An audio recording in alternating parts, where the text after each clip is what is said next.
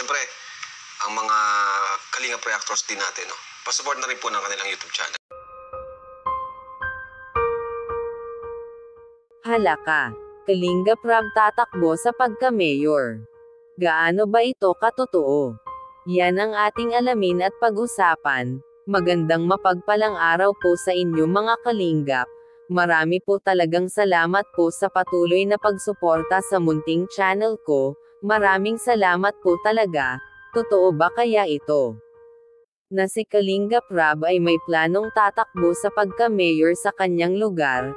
Kung may plano talaga si Kalingap Rab ay di naman siguro po nakakagulat kasi alam naman natin na ang hangarin po talaga ni Rab ay makatulong sa kapwa. At makikita naman po sa kanyang programa na ang dami na talaga siyang buhay na nabago. Kaya kung tatakbo man siya ay siguradong supportado talaga siya ng Team Kalingap at lahat ng supporters niya. Panoorin nyo po hanggang dulo kasi may video po ako ipapakita sa inyo, kung tatakbo talaga si Rab pagka-mayor at manalo ito.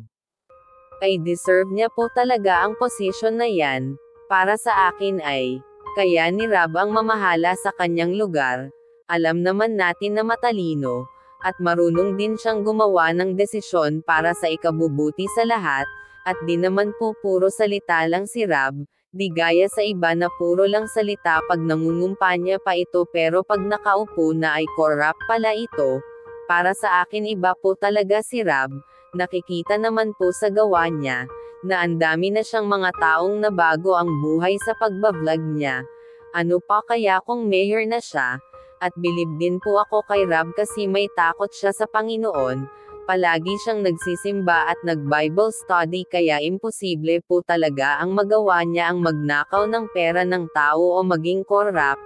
Sa ngayon po ay wala pa naman po sa isip ni Rab ang tumakbo at wala pa po siyang opinion tungkol dito.